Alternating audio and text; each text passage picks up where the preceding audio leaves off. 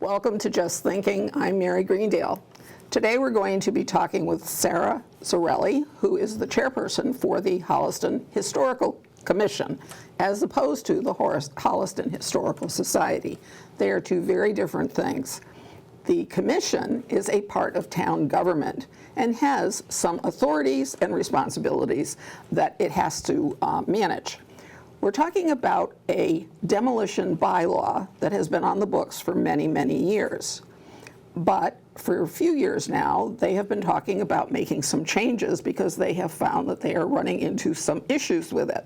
So we're going to talk to Sara about what those changes are, and then we are going to talk about what you will have the opportunity to discuss at town meeting. And once again, we're going to repeat that date. We keep doing it.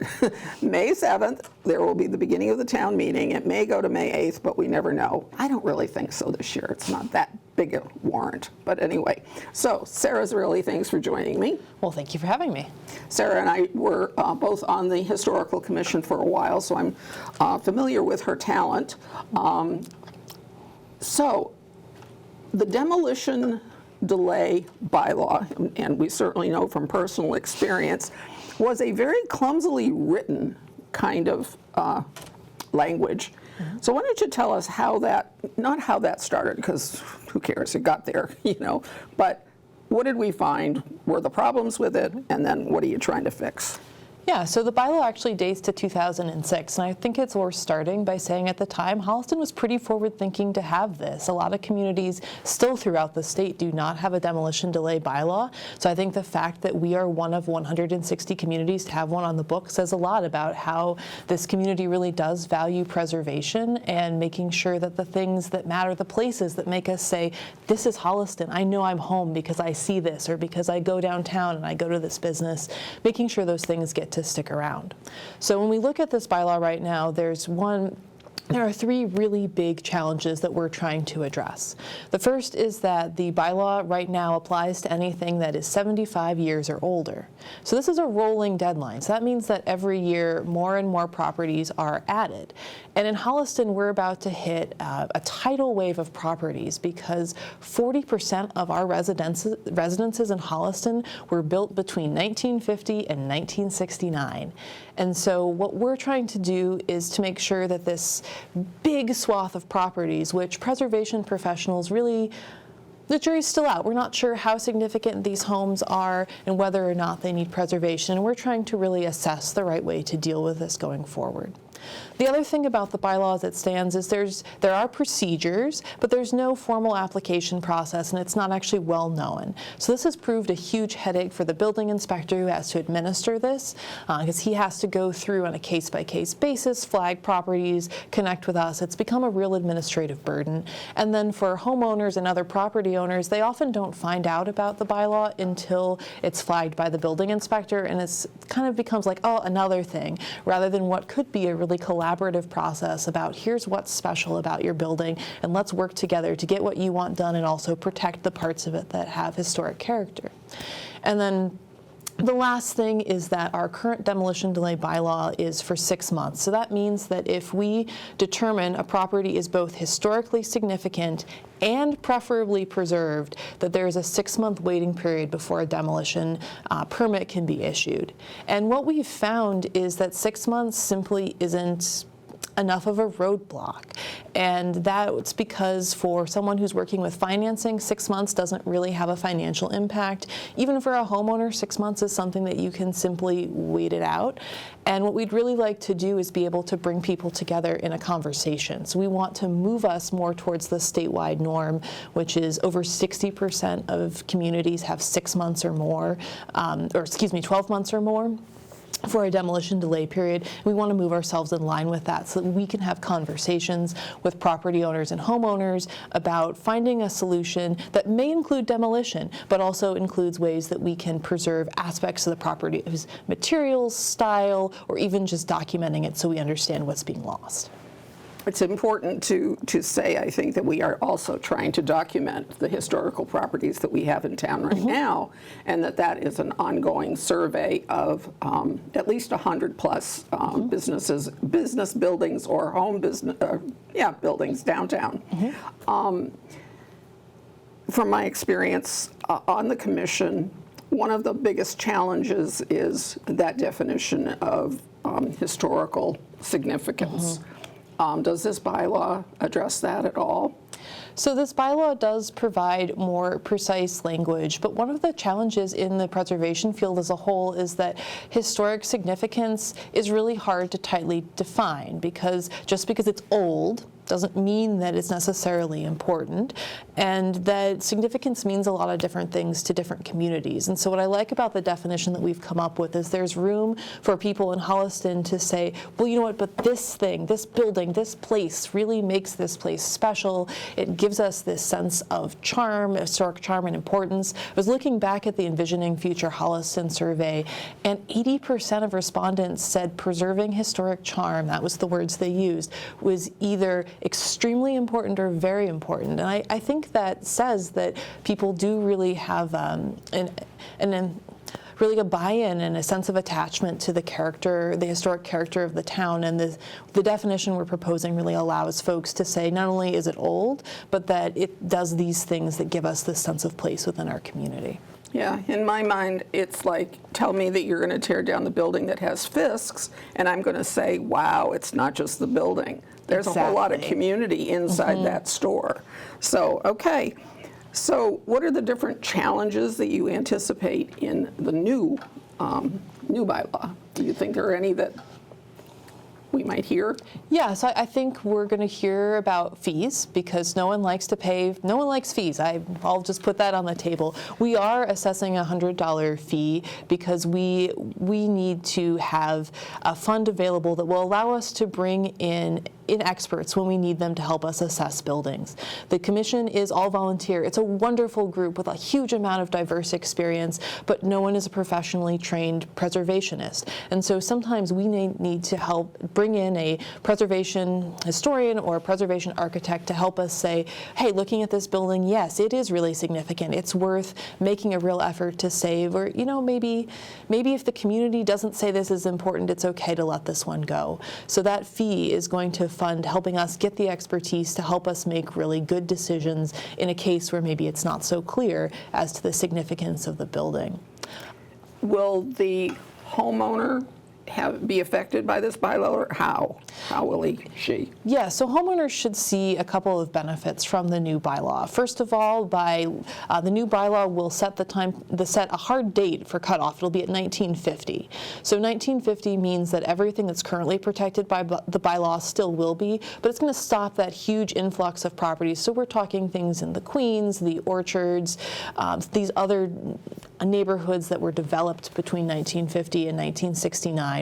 So those homeowners will not have to go through the process at all, which should ease things up for them. And then for homeowners who are still under the bylaw, the new application process should make it much simpler to understand, and the new bylaw actually streamlines the decision process. It shortens the time we take a decision by over 4 weeks for the total process. So they'll be able to have an answer sooner and know if they're moving forward with their project on schedule. What if a house was built in 1960 and is very unique? So it's representative of an architecture that we don't have very many places, or I'm thinking of one that's on Ashland Street. It's a stucco house. It's got the tile roof. It looks like it belongs in some Spanish or Mediterranean environment, okay? Does that make it historically significant or not? So it makes it unusual, and that's something to keep in mind. And that was something we talked about a lot, is there are obviously going to be houses that are going to fall outside of this that someone's going to say, but what about? And that's always a risk with preservation, but I feel pretty strongly, and the Commission does too, that we don't want to make preservation seen as an impediment to progress. And sometimes that means taking some risks. And in this case, it is saying that there may be some houses that are past 1950 that have significance, and that's when we're relying on the community to help say, hey, this house really matters, and we want to take steps to work with the owner to save it, because in my experience as a volunteer preservation, what really saves properties is not necessarily bylaws, but community members who say, hey, this is important. I want this to be around. We're going to find another buyer. We're going to find a solution. We're going to advocate. We're going to make this happen. And so I have a lot of faith in the Holliston community that in these cases that the community will come together and say, hey, this has value, and just because it's not covered by the bylaw doesn't mean we can't as a community stand up together and say this place is worth saving. That's an interesting concept without not including the impact of the bylaw. So you're basically saying sort of a peer pressure kind of. It's often the most effective. Okay. Every time we've had some sort of historical bylaw come out, there's always been this fake news that went with it that said, oh my God, they're going to start telling us what color to paint our house. And everybody thinks that we would tell them to paint it white, but that's neither here nor there. Anything to do with paint colors here? No. No. Has nothing to do with it whatsoever. No. So our process governs the application for a demolition. After you complete that, what you build is a discussion between you and the building department and your architect. We're not involved. We are not here to say you can't paint your house purple or white, but those are all decisions that will remain with the homeowner and be theirs to decide. Okay, I'm sure that will reassure a bunch of people, as I say, who over the years have panicked about the paint color. Is there an opportunity when a house is sold, or when and somebody new is coming in? Is there an opportunity to reach out to that person just sort of with a heads up, in the event that in the future you think you want to make some major addition or might want to tear down this house? There is this bylaw.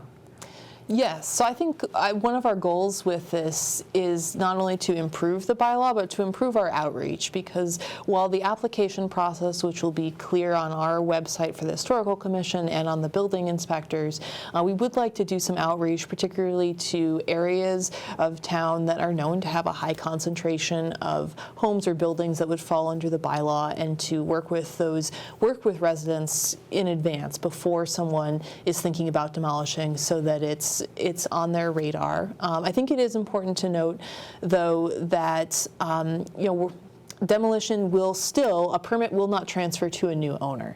So it's not possible for an owner to apply for a permit and then decide to sell the house with that permit in hand. Okay. So that will remain the same, and that is a really important protection against someone essentially handing a developer the opportunity to tear something down and build something very different in its place. The developer will need to work with us directly to find a good solution.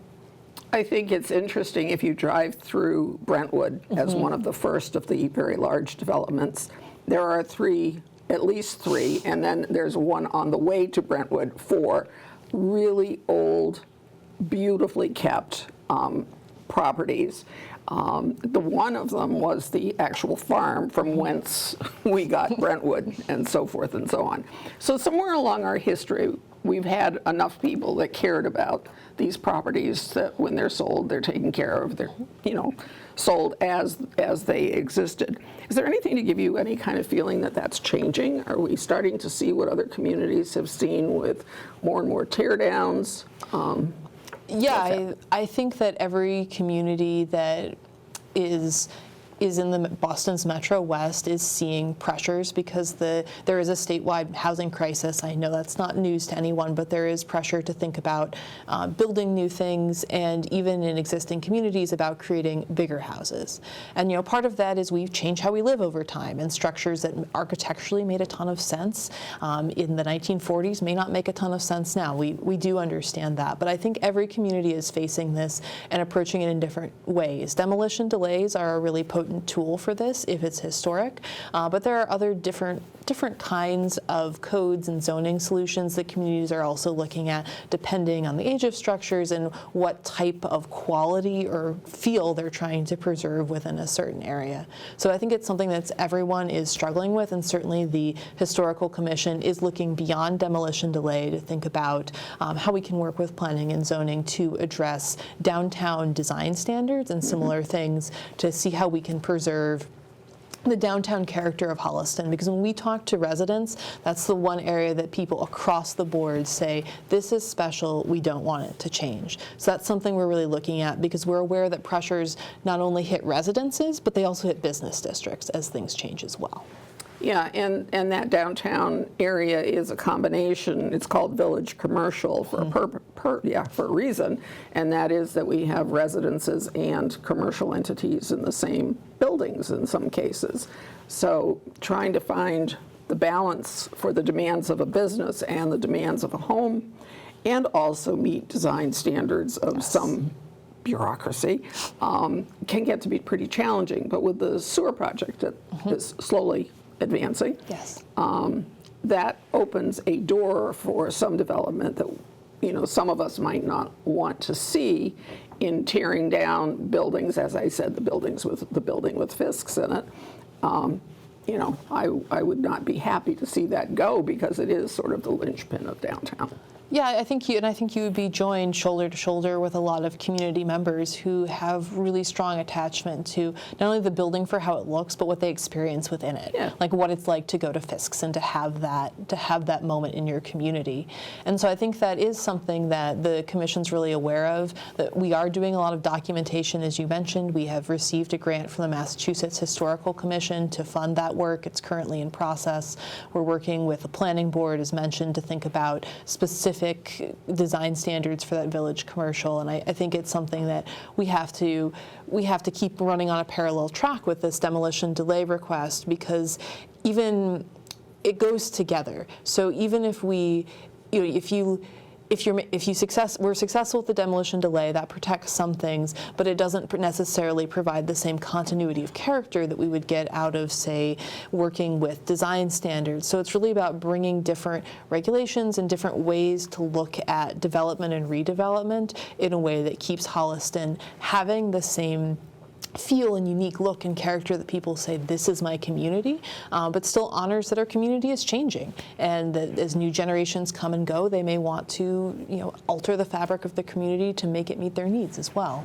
Well, if you've ever walked into a remodeled home in Mudville, and you're used to the original way with the little rooms and low ceilings and that kind of thing when they were built in 1850 or 1860, and you now see these wide open spaces you realize that you can do a lot on the inside without ever damaging or altering the character of the outside.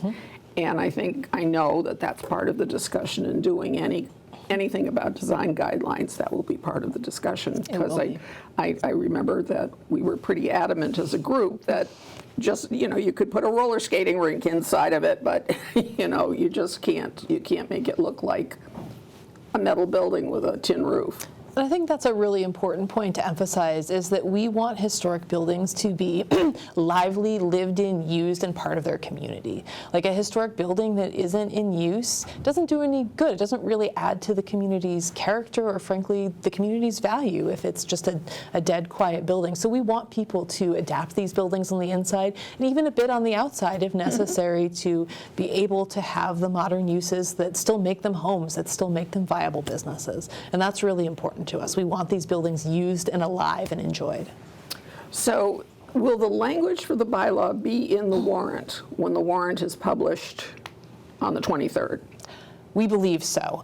It is, I will be honest, that right now it is with council. The last email I got was that I should have language to share for approval with the commission tomorrow morning. Okay. So okay. that's where we're at. And then, so that's where they would be able to see the details, Yes. and that's where it will be, quote, hammered out. It will be hammered out. There is a draft of the language that's available on the Historical Commission's website right now, along with frequently asked questions. Okay. And I encourage everyone who's curious to take a look at that. And so the Historical Commission, where would we find them on the website? So on the town website, we are under boards and committees. We're called the Historical Commission. If you click on that, then on the blue bar on the left side of your screen, you'll see the Preservation of Historic Buildings bylaw, because actually that's a big change we haven't talked about yet, that's Mary. true. Is that traditionally these have been called demolition delay bylaws, but over time the preservation field has decided that naming isn't doesn't really do the job we want it to. Doesn't explain what it is. It doesn't really. explain what it is, because our purpose really is to preserve historic buildings.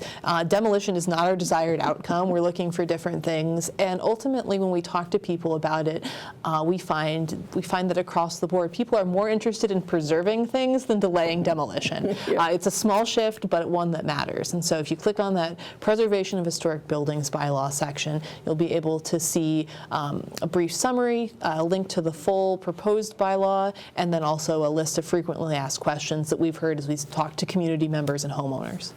Okay. Is there anything that we have forgotten to mention today? I think we've pretty much covered it. I think this is really an opportunity for us to adjust this bylaw to make sure that it's applying to the things that really matter and isn't an administrative burden.